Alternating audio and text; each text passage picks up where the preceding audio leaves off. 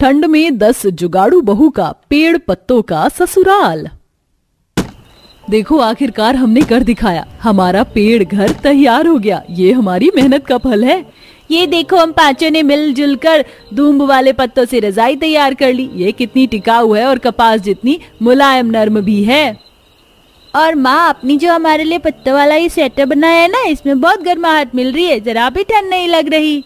मेरे पोते ने 100 पैसे की बात कही बहुओं। तुम सबने आज साबित कर दिया कि कोई भी काम शिद्दत के साथ किया जाए तो कायनात भी उसे पूरा करने में मदद करती है।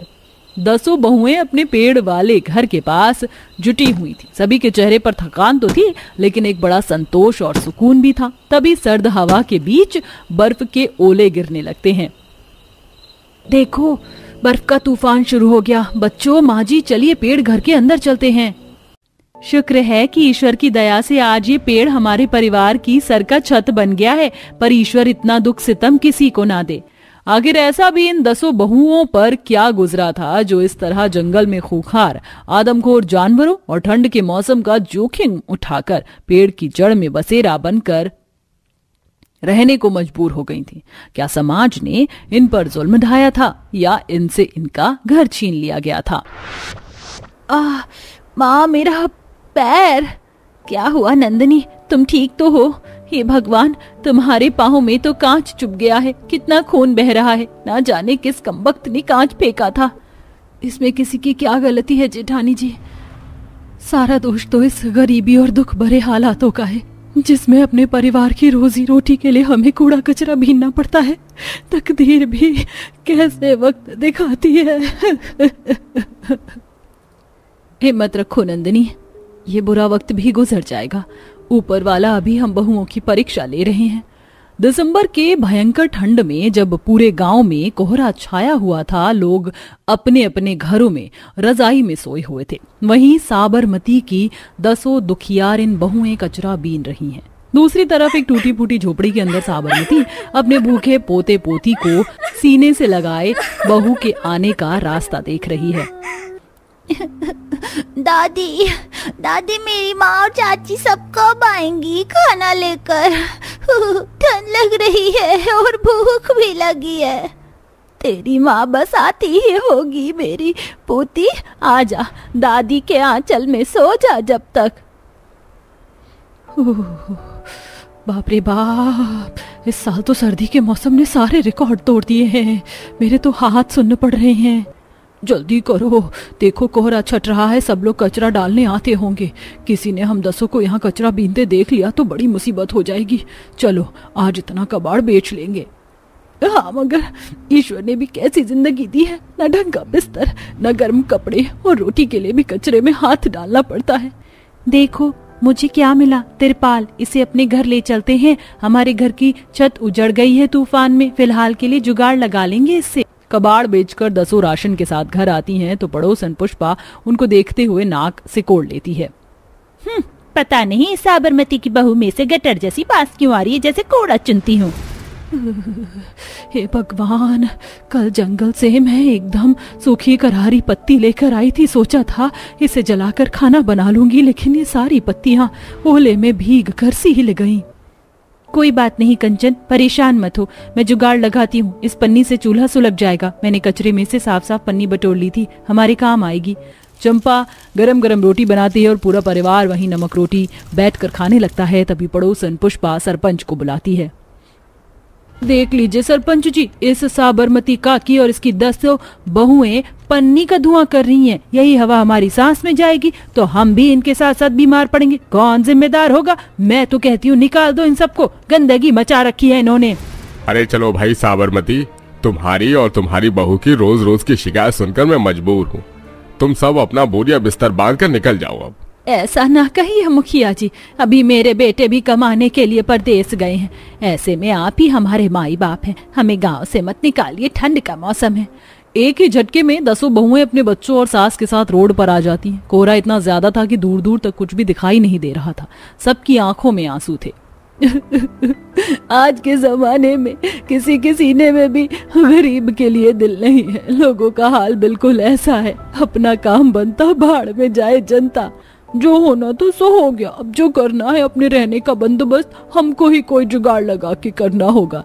तभी उन सभी को एक घना सा जंगल दिखता है। 10 बहुएं अपने परिवार के साथ जंगल के अंदर पहुंच जाती हैं, जहां बहुत ही विशाल पुराने मोटे तने, शाखाओं और पत्तों वाले अलग अलग पेड़ थे, जिसे देखकर उम्मीद जागती है। ये जंगल तो सदाबहार फल वाले पेड़ों का लगता है।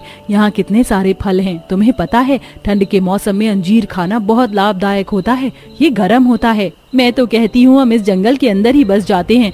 देखो किसी ने इस पेड़ को काटने की कोशिश की है, ये अंदर से खोखला है। हम चाहें तो इसके अंदर अपना घर बना सकते हैं। ये पेड़ चौड़ा भी है। हाँ ये अच्छा जुगाड़ है, मगर पहले थोड़ी पेट पूजा कर लेते हैं सब।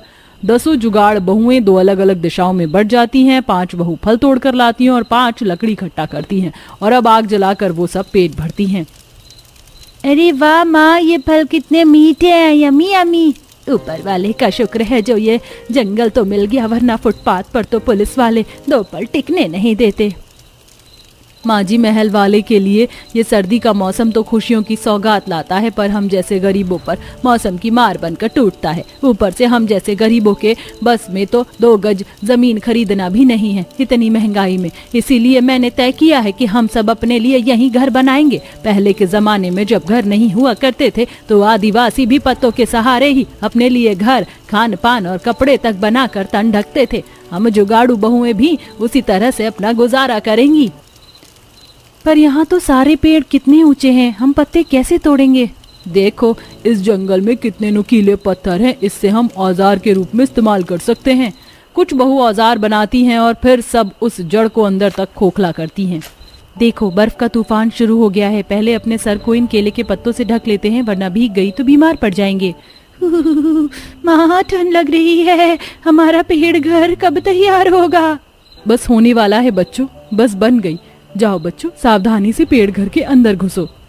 बच्चों को पेड़ घर में महफूज तरह से वो भेज देती हैं। अच्छा, बहुत ही तगड़ा तूफान है। ऐसा करते हैं, थोड़ा मौसम साफ हो जाने के बाद हम पेड़ घर से बाहर आकर बाकी की चीज बनाएंगे। फिलहाल अंदर चलते हैं। 10 पेड़ घर के अंदर आ जाती हैं, जहाँ काफी गर्माहट थी। अरे मामा चाची, आप लोगों ने कितना प्यारा पेड़ घर बनाया, लेकिन हमारे पास बिस्तर और रजाई तो नहीं है ना, हम सोएंगे कैसे ठंड में? अरे हमारे प्यारे से लड्डू, इस तरह मुंह नहीं लटकाते। हम तुम्हारे लिए मुलायम सी बढ़िया सी रजाई भी बनाएंगे और नरम नरम बिस्तर भी। सच्ची चाची? हाँ सच्ची। फुलवा, तुम क्यों बेचारे बच्चे को झूठे ख्वाब दिखा रही हो, जिसे हम 10 पूरा ही नहीं कर सकती? हम रजाई कहाँ से लेकर आएंगी? हमारे पास तो एक फूटी कौड़ी भी नहीं है। कपास की रजाई भरवाना तो दूर, हमारे पास बिस्तर भी नहीं है। फिलहाल बिस्तर का जुगाड़ लगाना है ताकि ठंड के मौसम से बचा जा सके। वही तो जीजी, जुगाड़ से हम क्या नहीं बना सकते? जैसे हमने पत्तों का घर बनाया, हम पत्तों से ही अपने घर के लिए रजाई भी बनाएंगे। फिर 10 मिलकर रजाई बनाने में जुट जाती हैं और उसके अंदर नरम नरम घास भरकर गद्देदार बना देती हैं। देखो सब लोग, हो गई हमारी पत्तों की रजाई बनकर तैयार। माँ बहुत जोर की भूख लगी, गरम गरम खाना कहाँ है? फिलहाल तो हमारे पास राशन पानी नहीं है और ना ही चूल्हा है, ना बर्तन है। खाना कैसे बनाएंगे? और फल खाकर भी कब तक गुजारा चलाएंगे? तो किसने कहा है फलों से गुजारा चलाने को? इस जंगल में कितने सारे पत्थर हैं, हम अपने लिए पत्थरों का चूल्हा बना लेते हैं। और मैंने थोड़ी दूरी पर कुछ जंगली सब्जियां देखी थी, मैं उसे तोड़कर लाती हूँ, फिर हम सब मिलकर खाना बनाएंगी। मैं भी लकड़ी लेकर आती हूँ चूल्हा जलाने के लिए। इस तरह ठंड में 10 अपनी सूझबूझ से भोजन की व्यवस्था भी कर लेती हैं, लेकिन सारी वस्तुएं जंगल से जुटाने में सबके कपड़े ओले गिरने से गीले हो जाते हैं। हे भगवान बहुओं, तुम सबकी साड़ी भीग गई है, ऐसे तो तुम सबको सर्दी लग जाएगी।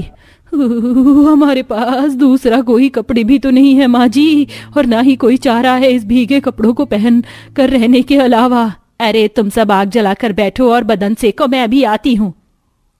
साबरमती सर पर पत्ते ओढ़कर बाहर निकलती और टोकरी में बहुत सारी मात्रा में पत्ते चुनकर घर के अंदर ले आती और अपनी 10 बहुओं के लिए जुगाड़ लगाकर हाथों से सुई धागे से पत्तों की साड़ी बनाकर उनको देती है, जिसे पहनकर उनको राहत मिलती है। अरे वाह, हमारी प्यारी सासू माँ, आपका तो जवाब नहीं। आपने सिलाई करके कितनी प्यारी पत्तों की साड़ी बनाई है हमारे लिए। आखिर मैं भी 10 जुगाड़ू बहू की सास हूँ, तुम सबका ही असर है मेरी बहुओं। गायत्री अपने घास के सुंदर से घर में, जिसमें सुंदर सी टीवी, पलंग, फर्नीचर, कुर्सी, टेबल, सारी सुविधाएं होती हैं, उसमें वो अपने पूरे परिवार के साथ नया साल मना रही होती है। ये लीजिए माँ, इस बार का नया साल हमारे लिए बहुत खास है। और देखिए मैंने कितने सारे पकवान भी बनाए हैं। हाँ बहू, तूने सही कहा, ये पहला नया साल जो हमारा पूरा परिवार खुशी से मना रहा है। ये सब हमारी मेहनत का फल है। कहते हैं ना, जो बुरा दिन देखता है उसके अच्छे दिन भी जरूर आते हैं। माँ, मुझे भी खाने को दो ना, बहुत तेज भूख लग रही है। हाँ बेटा, अभी तेरे लिए खाना लेकर आती हूँ। रागिनी सबके लिए प्लेट में पूरी की सब्जी, पालक पनीर, रायता, चावल सब कुछ लेकर आती है, अपने घास के घर में घास के बने बर्तनों में। बहन, तुम इतने समय बाद, इतनी बढ़ती उम्र के साथ भी तुम यहाँ अकेले आ गई। अरे मैं कोई बूढ़ी नहीं हुई हूँ, अभी भी तुझसे फिट हूँ। समोसे भी घास के प्लेट में ही लेकर आए हैं। पूरा घर घास में बदल रखा है। यहाँ पर घर की एक एक चीज घास की ही है। कुर्सी, सोफे, ये सब कुछ घास का ही है। देखने में बहुत सुंदर लगता है। ये सब मेरी बहू का ही दिमाग है, जिसने अपना दिमाग लगाकर यहाँ पर सारी चीज घास का ही बनाना शुरू किया। लेकिन पहले तो ये सब कुछ नहीं था। एक छोटी सी झोपड़ी में तुम्हारा पूरा परिवार बसर करता था। फिर अचानक से ये सब कैसे हो गया? गायत्री उसके साथ हुई सभी चीजों को कल्याणी को बताती है।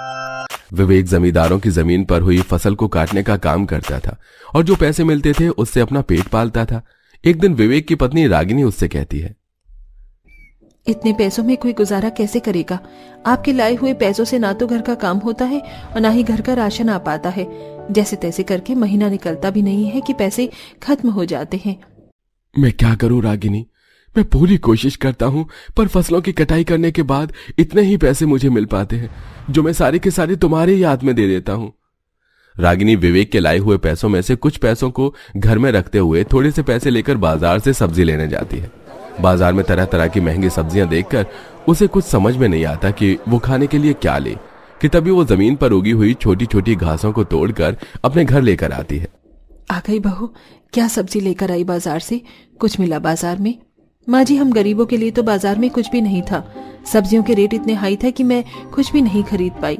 पर वहां से गुजरते टाइम मुझे ये छोटे छोटे हरी हरी घास दिखी, जो मैं तोड़ के ले आई हूँ। इन्हीं से कुछ बना देती हूँ मैं। ये क्या कह रही है बहू? अब हम खाने में घास खाएंगे और क्या ही बनेगा इस घास से, और कैसा लगेगा ये? माँ जी, इतना बुरा नहीं लगेगा। ये छोटी छोटी हरी घास भी खाई जाती है। मैं अभी घास की रोटी और घास का साग बनाकर लाती हूँ। रागिनी चूल्हे पर घास की रोटी और घास का साग बनाकर लेकर आती है। पूरा परिवार घास का बना हुआ खाना खा के जमीन पर ही सो जाता है। ऐसे ही वक्त गुजरता है। रागिनी के दोनों बच्चे खिलौने के लिए रो रहे होते हैं। माँ, सबके पास खिलौना है, मुझे भी खिलौना दिलाओ। रागिनी के पास एक भी रुपया नहीं होता जो वो अपने बच्चों के लिए खिलौना ला सके। तभी उसकी नजर बड़े बड़े घास के ऊपर जाती है। रागिनी उस घास से अपने बच्चों के लिए बैट बॉल बनाकर लेकर आती है और अपने बच्चों को देते हुए कहती है, ये देखो बच्चों, मैं तुम्हारे लिए क्या लेकर आई हूँ। तुम दोनों को खिलौने चाहिए थे ना, ये लो अपना खिलौना। माँ, ये घास का बैट बॉल कितना सुंदर है, ये आप कहाँ से लेकर आई? अब इसी से हम दोनों भाई बहन खेलेंगे।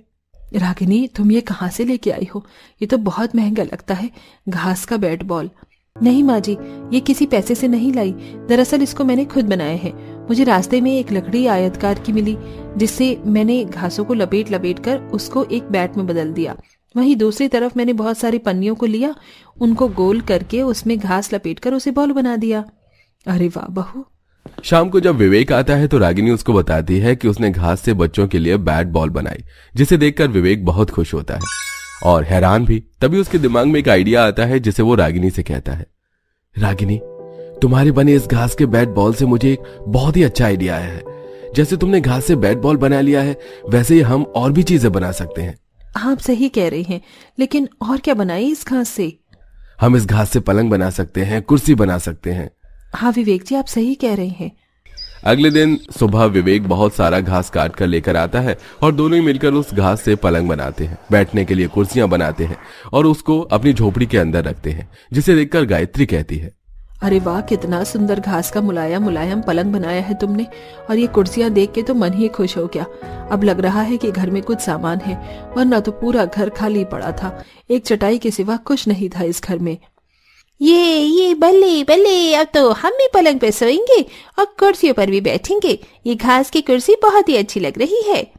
इसी तरह रागिनी रात का खाना बनाती है और फिर से घास की रोटियां और सब्जी बनाकर सबको खिलाती है। फिर सभी लोग उसी घास के बिस्तर पर आराम से सो जाते हैं। कुछ वक्त गुजरता है। रागिनी अपने सास ससुर और पति के सामने बैठकर कहती है, माँ जी, पिताजी, नया साल आने वाला है। कई तरह के लोग हमारे घर पर भी आएंगे और ये टूटा फूटा घर अच्छा नहीं लगता देखने में। क्यों ना हम इस घर के टूटे फूटे हिस्से को भी घास से रिपेयर कर दें? अरे बहू, नेकी और पूछ। अरे तुमने इतना अच्छा विचार किया है, फिर भी तू पूछ रही है। इसके लिए भला कोई मना करेगा? हाँ, चलो आज मैं तुम्हारे साथ जाकर घास काट कर लाता हूँ, फिर मिलकर इस टूटे फूटे घर को रिपेयर करेंगे। रागिनी अपने ससुर के साथ जाकर बहुत सारा घास काट कर घर लेकर आती है और पूरा परिवार मिलकर उस घास से अपनी झोपड़ी को रिपेयर करता है और सुंदर सा घास का घर बनाकर तैयार कर लेते हैं। ऐसे ही एक दिन विवेक अपनी पत्नी से कहता है, रागिनी, जैसे हमने घास का घर बना लिया, फर्नीचर बना लिया, पलंग बना लिया, कुर्सी बना ली, तो क्यों ना हम इस घास से कुछ खुद का काम शुरू करें और उससे पैसे कमाएं? हाँ विवेक जी, आप सही कह रहे हैं। हमें इस घास से अपना कुछ काम शुरू करना चाहिए, जिससे घर में 2 पैसों की कमाई भी हो जाया करेगी। हाँ, सही कहा। लेकिन हम क्या शुरू करें बनाना इन घासों से? वहीं जहाँ से हमें ये सारा आइडिया मिला, हमें वहीं से अपने बिजनेस की शुरुआत करनी चाहिए। मैं कुछ समझा नहीं, क्या कहना चाहती हो तुम रागिनी? मैंने सबसे पहले इन घासों से अपने बच्चों के लिए खिलौने बनाए थे और मैं चाहती हूँ कि मैं तरह तरह के खिलौने बनाऊं बच्चों के लिए और उसे बाजार में बेचूं। ठीक है रागिनी, हम ऐसा ही करेंगे।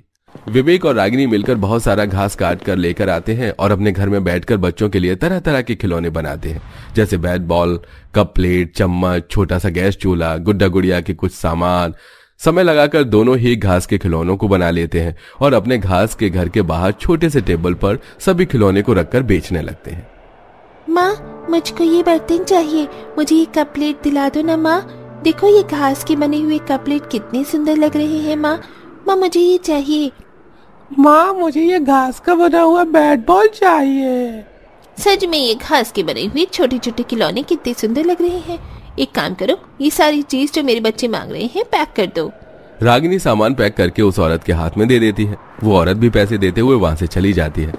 अब रोज रागिनी और विवेक मिलकर बच्चों के खिलौने बेचते और बहुत से पैसे कमाते।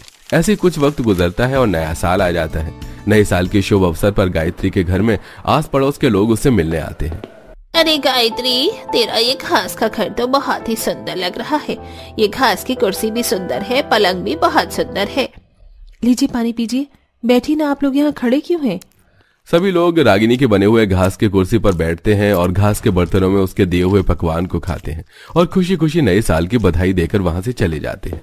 कुछ देर बाद रागिनी का पूरा परिवार भी घास के बर्तनों में पकवान को लेकर आता है, जिसे देख गायत्री कहती है, हमारे घास के घर में हमारा ये पहला नया साल है और देखो अब हमारे पास किसी चीज की कोई कमी नहीं है। बहू के इस घास के आइडिया ने हमें हमारे बुरे वक्त से बाहर निकाला। माँ जी, अब आप खाना खाइए। बुरा वक्त था, गुजर गया।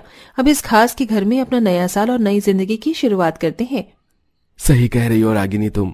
देखिए, मैं खाने में आप सबके लिए नए साल पर कितना पकवान बनाकर लाई हूँ, लेकिन इस बार सिर्फ घास के बर्तन हैं, घास का खाना नहीं।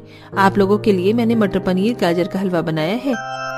तो ऐसे मेरी बहू के इस हुनर से आज हम यहाँ पहुंचे हैं।